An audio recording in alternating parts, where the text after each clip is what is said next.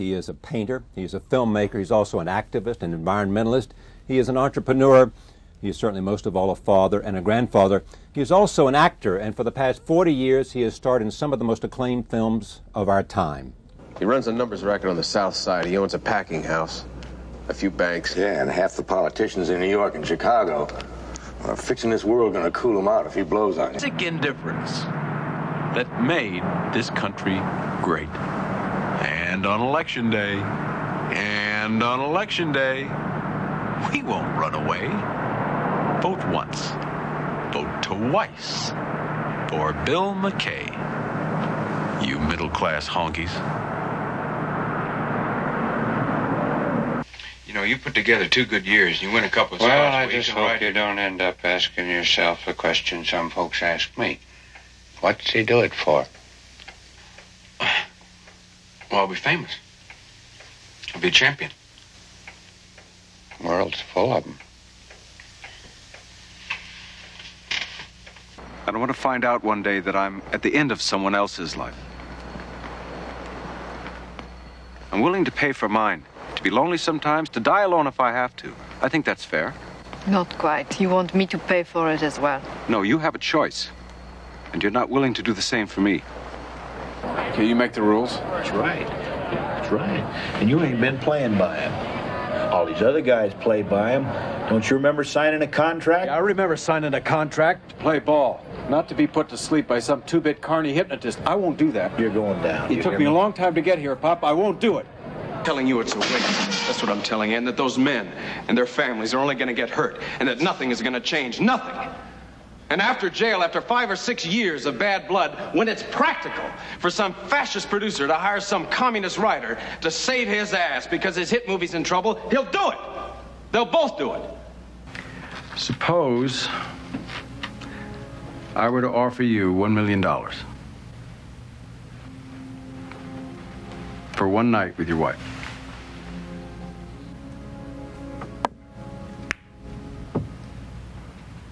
I'd assume you're kidding. Let's pretend I'm not. What would you say? People are trying to kill me. Who? I don't know, but there's a reason. There is a reason. And I just need some safe, quiet time to pull things together. Waste some money so you can die someplace warm. You don't ever touch it. Not for anyone, ever. Okay. Is that it? Don't ever risk your life or your career for an asset. If it comes down to you or them, send flowers. That's called a body of work. I guess so.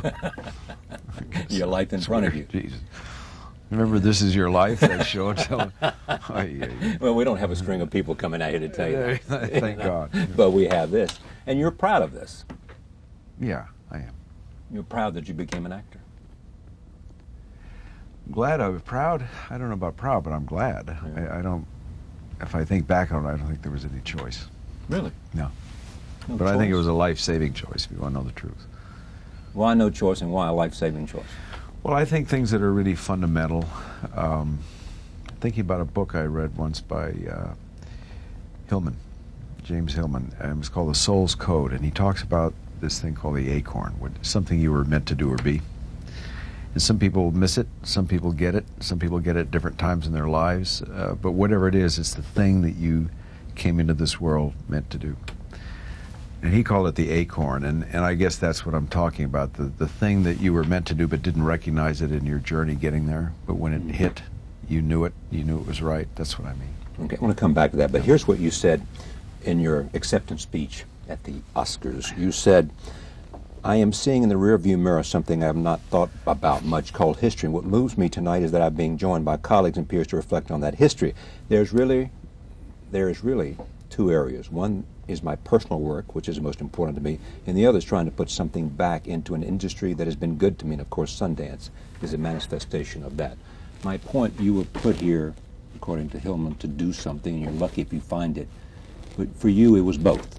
It was acting, directing, making films, and creating a place where people could have an opportunity to learn the craft. Right, and it was none of those things came as a package, and it was never. One thing you lose sight of, what I meant when I said that at the academy, is that you go along with your life. You just put one foot in front of the other, and you have ideas or visions, whatever you want to call them, and they come to you, and you try to fulfill them. But you don't necessarily have a big context for it. It evolves. It's an evolutionary thing, so that one thing leads to another until finally you hit a way station, a point along the way where two or three things come together, and you realize, oh, that's what's happening. But you don't plan it that way to begin with because you don't know enough. You're too young, you're too naive, you haven't had enough experience, you haven't gotten to the point of wisdom yet. So I think that's what I meant. I was so focused, obviously a pretty ambitious guy from the get-go. And when you've got that, you've got something you want to do. It was basically tied to my work as an actor to begin with. So when it turned into directing, it evolved to another place, which meant for me incorporating two things that I never dreamed would happen. One thing I thought I'd lost, which was art. Started out to be an artist. And had a struggle when I became an actor, giving up something that I thought I was meant to do or be in exchange for something I wasn't sure about, but I finally made that commitment when I realized it was, and then thought I had to lose something in order to be something else. So when the time came for me to direct, and it was my own doing, I wanted to direct, I had this instinct that I wanted to and needed to. I just wanted my own authorship on something. I realized that the art and the acting came together because I could design. I could design the idea. I could design my impulses or what have you. And I could also employ my knowledge as an actor to work with the actors, which I loved. So as things came together, but it wasn't planned 10 years before that. The same with Sundance. It was you start out, it's usually personal. It's usually something that is basically going to benefit you in some way. That's what charges you out. For me, it was creating or attempting to create a mechanism where new artists, young artists, just new artists, would have a chance to sustain the importance of their independent voices, because the world was going to change. That was inevitable. And when the change came, what was going to be solid for artists to hold on to? A mechanism where they knew they could always come to work. So in a sense, it would also be a community, which was another important thing to me because I witnessed the loss of community over and over and over again in my life. So one thing led to the other until finally, when the opportunity comes, you say, oh, well, hello, this is okay. Let's go here. Let's pull this into it and so forth. But so it was a cumulative thing. But also challenging, exciting, and if you don't know where you're going and letting it lead you there, it's even more. I don't mind that. I never have minded wonder or what was the mystery of what was out there. In fact, it always excited me. Perhaps that's why there was a limit to what I wanted to know about science. A limit to how far math was going to take me in the equation. I was not a good math student. I was impatient with math because I couldn't find the life in it. There were numbers being moved around on a page, and I wanted. Now I realized later how wrong I was because it's the essence of music and one of the things. Yeah. So I was dead wrong about that, but I was trying to find the life in it, and therefore there was a limit to what I could go with.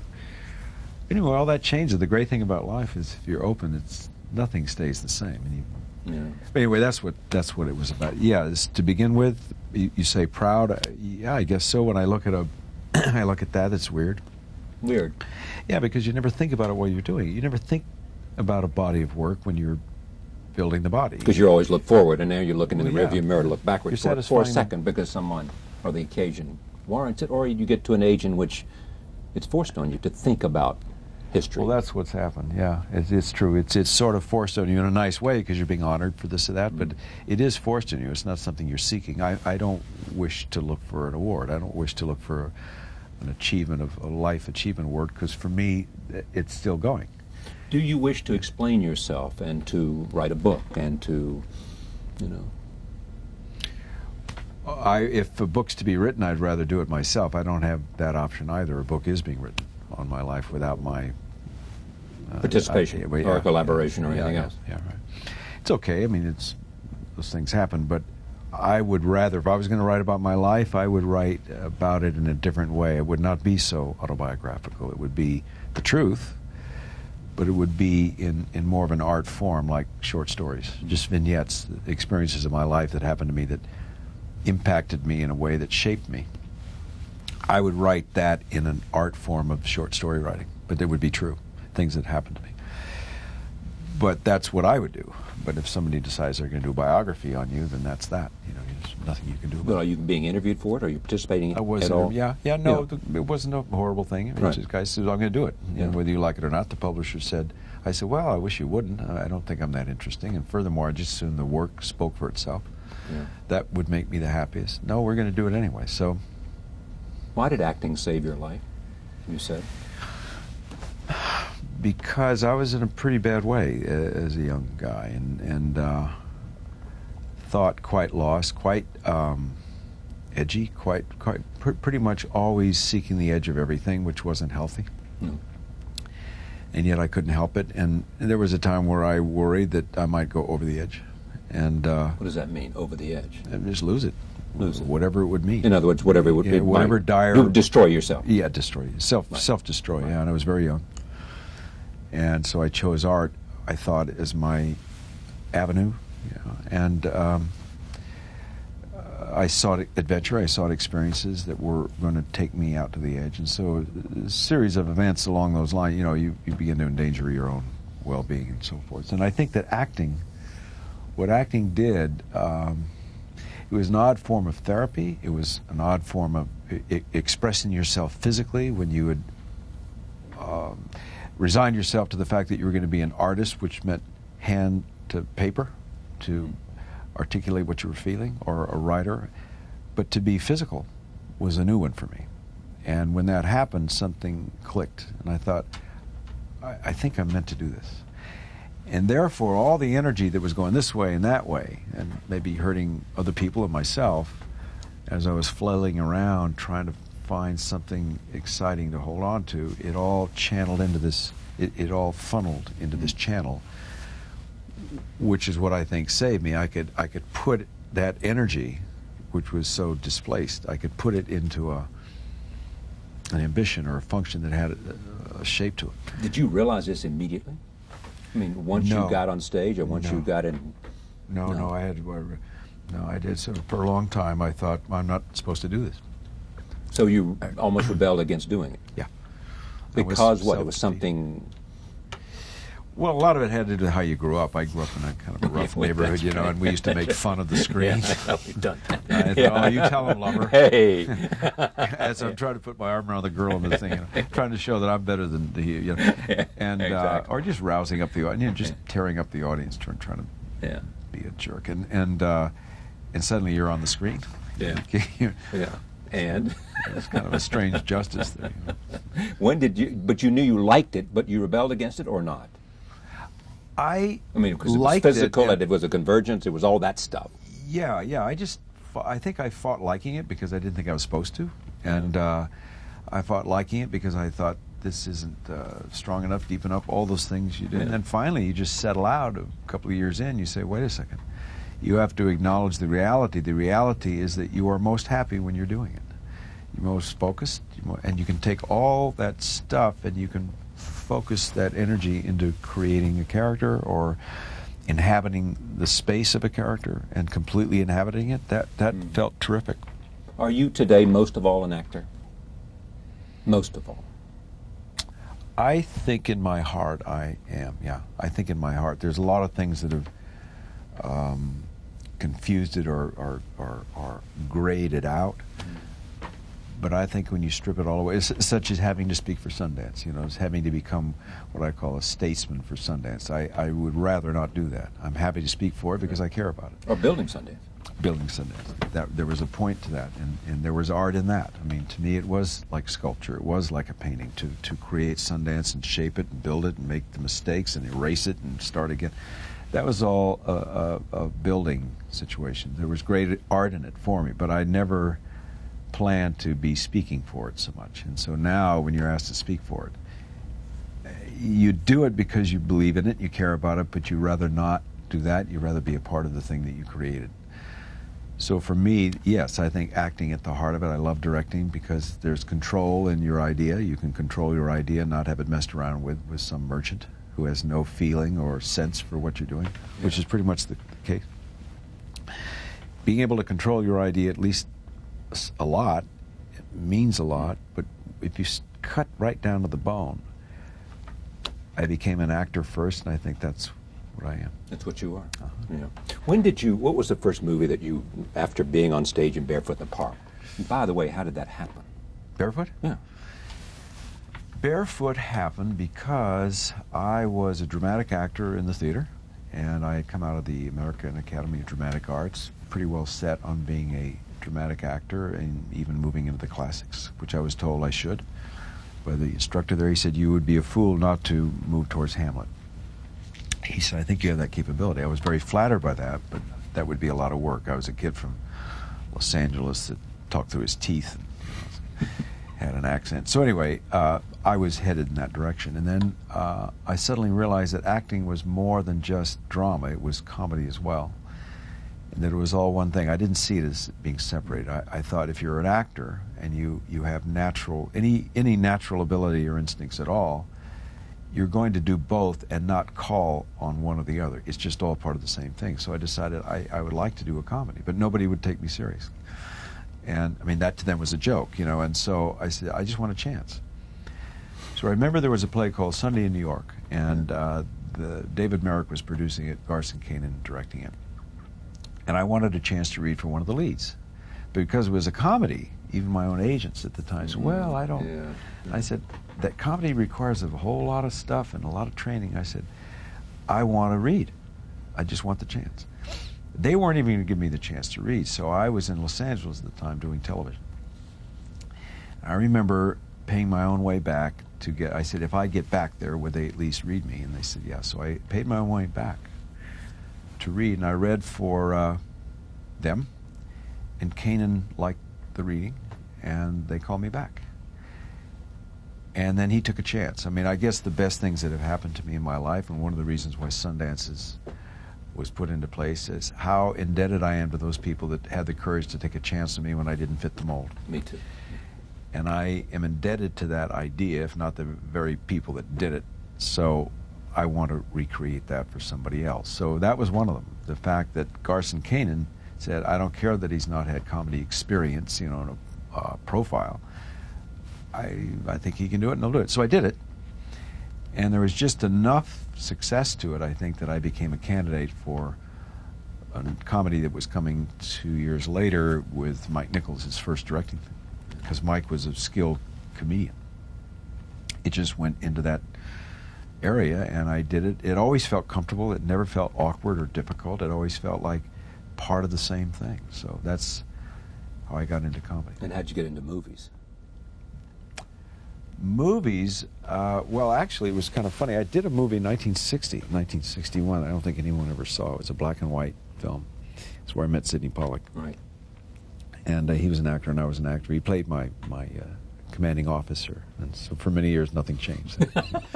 But through about 6 films. Yeah, right. But it was a little black and white film shot in Topanga Canyon, California, by two brothers out of UCLA that were part of a new wave right behind Kubrick. And it was a weird film. It was only 3 weeks. It was a $300,000 film, low budget, black and white, about war, about the realities, the psychological slice of life reality about war. And it was an interesting cast, and that I did, but it didn't feel like a movie. It didn't feel like a film in terms of what I had in my mind about film. It didn't feel like much. 3 weeks. And so I went back to Broadway. I went back to the theater thinking, well, that wasn't much of anything. And then years later, I came, after the success of Barefoot in the Park, that opened up avenues to do film. And I came out to do my first Hollywood film, which was Inside Daisy Clover with Natalie Wood. Right. And then there were 3 films in succession, right back to back. This Property is Condemned with Natalie. Yeah. Directed by Sidney? Or not? This was, Sidney, yeah. And then the third one? It was The Chase with Arthur Penn and Marlon Brando. There was Well, Inside Daisy Clover, that was Bob Mulligan. Alan Pakula was the producer. That's how I met Alan. Yeah. And they were just very back-to-back. I was still in my 20s. And wasn't sure how I felt about film. And from all those experiences, I still wasn't sure. So I took a year off, took my family, a couple of kids were already born, and went to live in Greece and Spain for a year because I wasn't sure I wanted to continue. And that's what I made. What weren't you sure about? Because I wasn't sure I didn't want to really be an artist in return to that. So you tried this thing, and you're you're still saying to Hillman, what am I destined to do? Right. Yeah. And films weren't that satisfying to me at that time. I mean, it was nice to do a Hollywood film. Yeah. It didn't feel right to me, and I thought maybe it's because this isn't what I really want to do, and it wasn't that satisfying. So I laid off for a year, came back, and it was a rocky time. I think until I could produce my own film. I think that really kicked me into another chapter of my life, another gear. That was Downhill? Downhill Racer. And then a series of films through the 70s that I could produce. So, and then BN, and so you felt more of a part of the design of your character and so on. Yeah, you were going to do, and you've talked with me about this, I know there's this notion of doing a trilogy. Yeah. About Downhill Racer, The Candidate, and one about business, too. Business, yeah. It was to be a trilogy having to do with the theme of winning, the Pyrrhic victory of winning, and relating to my own experiences in my lifetime in my society growing up, and the lie that I felt I'd been told about that issue, the role of winning. Because you're always told as a kid, it doesn't matter whether you win or lose. It's just how you play the game, and that was just total. And yeah, exactly. And to find out the hard way how not true that was, and how it's, if anything, it's just the opposite, I thought was worth a theme to deal with in a film. And I just tried to pick the 3 areas of society that have the most impact on us, which to me was politics, business, and sport. And in fact, in an interesting way, the lesson came home to you because you're in Buffalo promoting Downhill Racer, correct? Right. And you came to the guys there promoting the film from the studio who says, kid, yeah, wake up. That was a good guy. Wake up, kid. Yeah, I'm keeping his name out just because he may not want it, but for me, he was a good guy, and he felt sorry for me because he could see where I was going. I was fighting like mad. I was taking that film under my arm. Another seed for Sundance, I think, that I know what it's like to have put so much into a film, sacrificed your salary, waved aside your production fees and so forth. Give birth to it. Yeah, give birth to it. You try an original piece, and you're taking it around. You're panicked that the studio doesn't get it, doesn't have the right idea about it, that they want to advertise it as a big action film, and you think, no, be disastrous. Anyway, you take it under your arm yourself, you're schlepping it around from place to place, and finally a guy has the good grace to say, you know what, it's a snowy night outside, can't go anywhere anyway. You can't go on to Toronto from Buffalo here, I can take you out to an Italian restaurant and have a meal. So we're sitting there with a blizzard outside, and he says, let me tell you something. Maybe it's because it's cold. I just got the urge to tell you. Yeah, you know what? Forget it. It's gone. And I said, what do you mean? He says, it's over. Don't say I said it, but you're wasting your time. The film has already been written off. And that was so devastating to me. But You're out there fighting for it, and he's telling you the studio has already... It's already dumped. Yeah, it's already dumped. And so that's when I got my first dose of how the business really works. So I consider that a wonderful gift. Because that saved me now, but also was cold water in my face about how the system really works and what kind of battles you're going to have to fight just to preserve the integrity of your idea. I mean, I wasn't unusual. I mean, there are a lot of people. Sure. That found that out. Yeah. Well, let me talk about some of these movies because there are so many people want to know your take on Butch Cassidy and the Sundance Kid. Take a first time you've seen it in a while. I mean, since the film came out. Yeah. Is that right? Yeah. There's a great story you told me when I was out in Utah in which you went and made a speech, and you had been pretty tough on this audience. I think they may have been a group of business with the bankers, that's right. And so you thought, I'm going to get it out and let me out of here. Yeah, right. I thought I was going to get creamed. Exactly, right there. And the guy comes up to you and he says, Mr. Redford, there's one thing I want to say to you, which was? Yeah, I was expecting him to lower the boom on me. I said, well, here it comes in. I said, what is it? And he says, did you really make the jump off the cliff in Butch Cassidy? That's when I learned, I would never delude myself on the importance of what I was saying to anybody, Celebrity. Or the power of movies. Yeah, or celebrity. Or the power of movies, yeah. That movie was great fun for you, and you liked it a lot, doing it. A lot. I loved it. It was a wonderful experience, the kind where you almost feel guilty getting paid for it. And I didn't get paid much because the studio didn't want me because I was not enough of a name. I wasn't a name at that time, and Paul was a huge name. So they were taking the merchant view that they had to have a equal person. And to the director's credit, George Roy Hill, which I think most of this film belongs to him, certainly to Bill Goldman's script, but what George did with it, it could have easily gone into a junk bin of cheap humor, and it could have been a whole other road.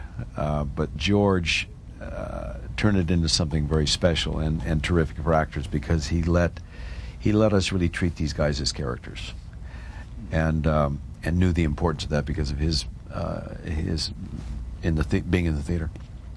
So it was really very special, and I just had a great time. It was so much fun. I got to do the things I love to do. I love to ride.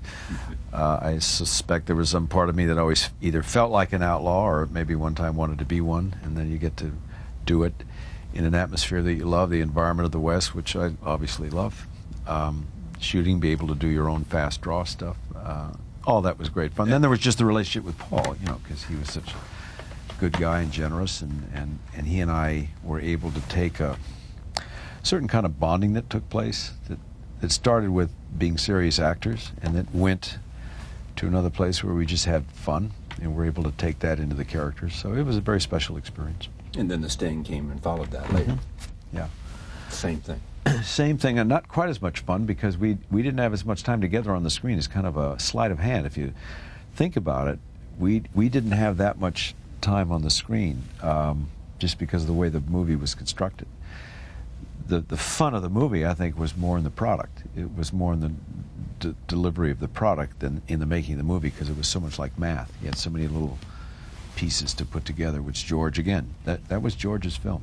George deserves credit really for certainly almost all of that. And so, but Butch Cassidy, we were out there in the great country, Mexico, Durango, Colorado, St. George, Utah. I mean, it was pretty spectacular stuff on a horse a lot of the time. All the President's Men. How did you know that this could be a movie? Why? Well, that's almost too long a story to get into. I'll see if I can shorten it. I read an article while I was doing The Candidate. I was promoting The Candidate, and I was talking. It was 1972 in July. And we were on a train going into the Democratic Convention trying to hype up the movie to get the 18-year-old vote, and that was the year of the 18-year-old vote. And we're trying to find a way to promote The Candidate. And I was on the train, and I heard reporters talking about the break-in at Larry O'Brien's headquarters. And I said, oh, what happened to that? And they said, I said, was that Cubans, really? And they said, and there was this vibe that went through everybody, like they knew something I didn't know. And that led to them saying there was a lot more to this, but it'll never come out. And I said, why not? And they said, because it won't. Nixon's going to get in. He's going to come in on a mandate. McGovern's going to self-destruct, and he's going to, when he goes in, no one wants to be in the wrong side of this guy because he's a vindictive man. This is leading into the 72 election. Right? I knew to be true just from my own history in California and California politics, what kind of a rough road he had created in California politics, destroying Helen Cahagan Douglas and so on. Anyway, they seemed outlining that something fishy had gone on that was connected to him. And I said, you got to be kidding. And I said, what are you going to do about it? And then I got into their case. And so you're just sitting here on the train drinking free booze and when you should be writing. They said, you don't understand the newspaper business. And then they explained to me what I did not understand, which was true, which then totally piqued my interest in investigative journalism. How did it work? And that there had not been a film that I could tell that dealt specifically with that. One thing led to another, and I wanted to find out if what they were saying was true, the cynicism that was there that day when they said it's never going to come out. And because he's going to get elected, no one wants to touch that story. Publishers have to give you the time to do it. They won't assign that kind of an in-depth investigation unless it's a magazine, and you don't understand any of this stuff. So I thought, well, I'll see if it's true. And I waited the summer and hawked the newspapers to find out if it was true. And when these articles started to appear with a dual byline on it, Woodward and Bernstein. I was right there for it, watching it. And so you made contact with Bob? Or made contact because I saw initially a little black and white movie that I would produce with two unknown actors. But at that point, the story was only a quarter told. And it was just that they were wrong. And that they had done all this investigation, but finally they had been wrong about some false testimony. But was the fascination for you how investigative reporters work, or was it about power? It was both. It was the investigative reporting and how it worked was the least of it at that time. I have to confess to a prejudice against the kind of thinking that Nixon represented. Right. And because I was aware of what he had done in California and the kind of means that he had employed, which were pretty Hatchet-like, I did not have a love for Nixon as a human being. So some part of me wanted to see him get his dues. And when it looked like he was going to get away with it, I guess that injustice thing riled up in me. And so I was focused on that, and then the avenue into that issue was through investigative journalism and this particular relationship with these two guys. So that's how it came about. But when I asked them, when I finally got connected with them, they didn't see me in the beginning because they thought it was a phony deal. They thought they were being set up. They were scared. Woodward and Bernstein. Yeah, they were scared. They were still under... In Hollywood, yeah. Yeah, Hollywood, that's bullshit. And that they're probably being followed, under surveillance. So there was a nervous time. When I finally convinced them that I was interested in telling a story about their relationship, doing stuff that no one else was doing, they got interested, but then they said, we have to write a book. So then they wrote their book, and I had to wait. So that's how it happened. Roll tape, All the President's Men. Here it is. You haven't watched these movies in a long time. No, I haven't. No. And some of them I haven't, not at all, yeah. But you've seen this before, Not since the release. So if it's... I saw enough of it in the editing room, believe me. Yeah. But, you produced it. Pakula directed it. Mm-hmm. And Bill Goldman wrote the script. He wrote the first draft. It was much reworked after that. Directing. Roll tape. This is a montage of some of the films that Bob has directed. Here it is. 1955. You don't know it? You answer On the Waterfront. Oh no. Oh no. Don't do that. Not Marty. I saw Marty 3 times. The Best Picture from 2 years ago, and I don't know it? Someone of your intellect, and it's such a simple question. Don't you see the drama of that? I know how hard it must be to have lost your best friend and how your part had been different from how you'd like it to be.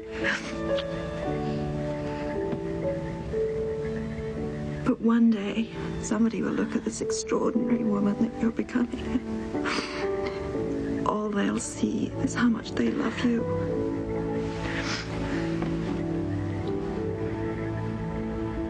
That's all I didn't lie. You did. You lied every time you came into this house at 6:30. If it's starting all over again, the lying, the covering up, the disappearing for hours, I will not stand for it. I can't stand it. I really can't. Well, don't then. Go to Europe. Connie, now, Connie. Well, the only reason she cares, the only reason she gives a fuck about it is because someone else knew about it first. Just stop it, Connie. No, you tell her to stop it. What do those films have in common? Heart.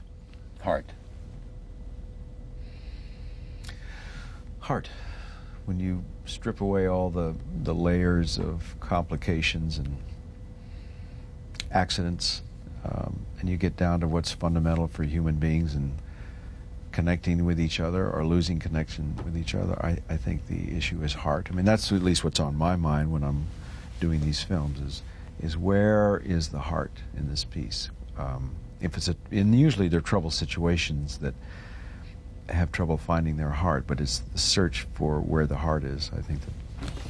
I've asked you this before, have you taken more chances in directing than you have in acting? A lot of people bring that up. A lot of people assume. I don't know. I don't think so, but on the other hand, I can understand why the perception might be that I did, because some of the films were.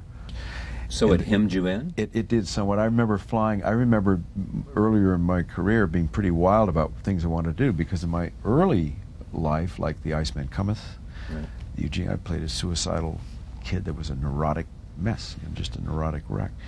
I played killers and rapists and all kinds of, particularly neurotic, deranged characters in television when I first started.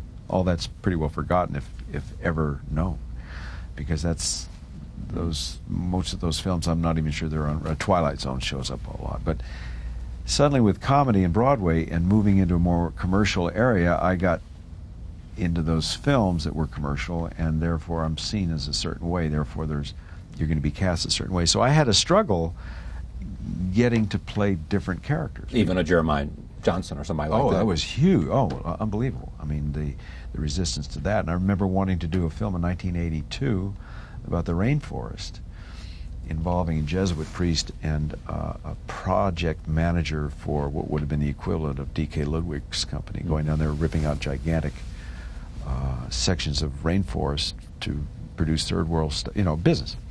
And they were destroying the environment, they were destroying native tribes and so forth. I thought that was a pretty great piece, and I wanted to play the villain in it. I wanted to play the project manager who is designing to do this, and comes into clash with the Jesuit priest, who he thinks is a phony priest, who's just looking for a radical cause. And the real hero of the piece was this native in the middle that rises up and says a pox on both houses, and leads what would be the equivalent of the Yanomami. We're the people who have the most interest.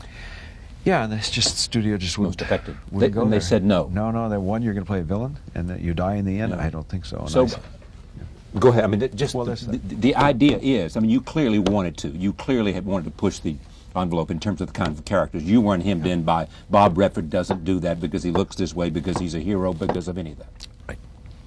I don't think, by the way, in retrospect, this whole business of hero, because I've heard that a lot. You play a hero, and then it's automatically somebody wants you to play a villain. Yeah. You play a villain, they say you ought to draw a hero. I mean, that's just always the way it goes. I never saw there was anything wrong with that. I remember having a conversation with a critic for Newsweek magazine after Jane Fonda and I had done a piece, and he said, his review said... Right. Electric Horseman or something like that? Yeah, Electric Horseman. He said, the review said these two characters, these two people, Fonda and Redford, carry a certain amount of weight and so forth. Why won't they play a real bad couple, or he play a bad guy and she play?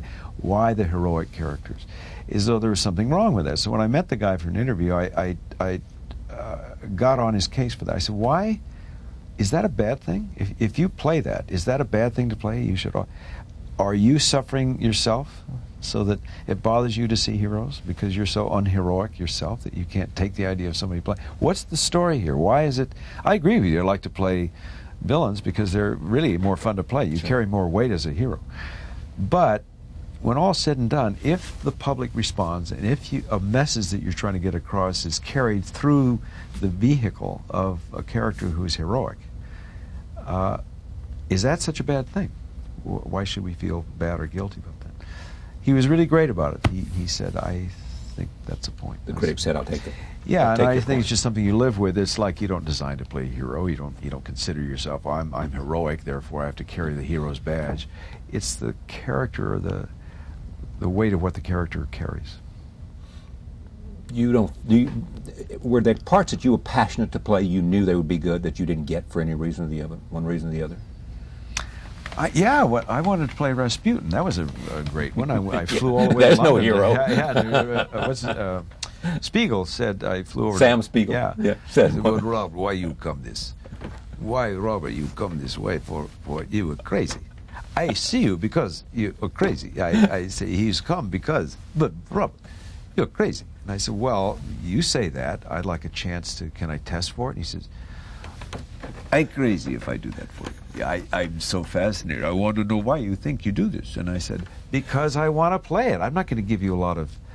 I would like to play that character, a fiend. He just looked at me for a while and just shook his head and thanked me, and I left. It was just out of the question. He let me come over there just because he wanted to sit face to face with me and see if it was true. You make the case. I went to see true? Andrew Lloyd Webber. I said, did? I want to be in Phantom of the Opera. I've always wanted to play that character. He says, but really, are you serious? And I said, yes. He said, you would wear a mask? Unbelievable. I said, yeah, that's what's depressing, is that it would be unbelievable to you. That's how far gone this situation. So I did make a lot of efforts that were shot down, but something I've had to just kind of live with. Well, if he'd only done this, or we'd like to see him do something where he takes more chances. There have been some chances taken, but I'm not going to get into defense of that. When you look at all this, both in acting and directing, there is a couple of things that come up. One is that there is almost a part of you, a cynicism or skepticism, perhaps skepticism, about power. Yes or no? Yes. It's more than a skepticism. It's a clearer and clearer understanding of the role power plays, the dangers of it. You believe film can do what in terms of its power? Its power. Well, film can do a lot of things. It can either just show it and just have it be that, you know, where you can make it an entertainment piece like Network or something like that, or you can just, our Sweet Smell of Success, films that I quite admire, we just show what power looks like and you have fun with it. You say, look how wonderfully villainous this character is. And the message comes through. Indecent proposal. Right.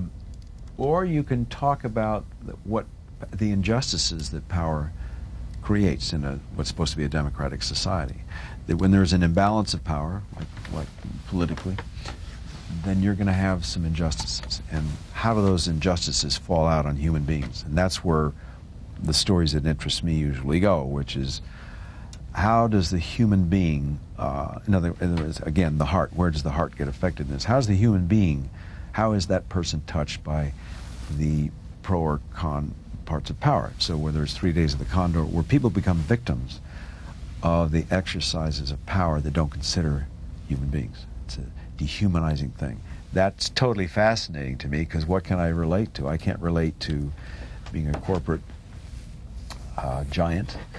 I can relate to what it feels like to be a human being in a corporate atmosphere. So you focus on how did human beings fare in this situation? There is this too. This is from the catalog in which you talk about ideas. You think of you say here in the spring 2002 catalog, I think of the word open, how relevant it is in this time, how important to our future. Events of this past year seized us from behind like a mugging in a dark alley. Perhaps we were too closed, too preoccupied to see it coming, too closed in our own self-absorption, our self-interest, not open or interested in others' cultures, views, voices. We seem closed in our own success and greed. That's what I feel. Got hammered for that a little bit from the right wing. Yeah. And that was predictable. But what was surprising is that they would think enough of it to jump on you. Bellyache about it, yeah. There's also this. President of the United States talking about the environment as we tape this. I imagine it's a pretty short sentence. My question is, this environmental drive for you, it comes from living on the land? It comes from what? It comes from several things. I think probably all of there is a point, Charlie, where all this comes together, where all things, as the river runs through it, says, where all things are one. And to me, the injustices having to do with power, the injustices of our political system when it doesn't operate on behalf of the people, but operates on behalf of special interests, which it now is clearly, it triggers something in me about injustice, which, considering that we're given this slogan over and over again in our lives about the importance of democracy and democratic ideals, the role of the Constitution in our lives and so forth. Well, that's the way I grew up. I grew up in a very American household, not in total poverty, but not having much either. During the Second World War, when jingoism was a big deal and it was serious because we had people, we didn't know what was going to happen and so forth. So I was given these slogans, and when I see the truth behind the slogans, it bothers me when there's such a discrepancy. I mean, you have just two different approaches to a common problem. And one says that if you just take, for example, politically, you can just boil it down to real simple notions of the two parties, what they're supposed to represent. And what happens when it goes off, and so I look at that and I say, okay, I'm affected by that.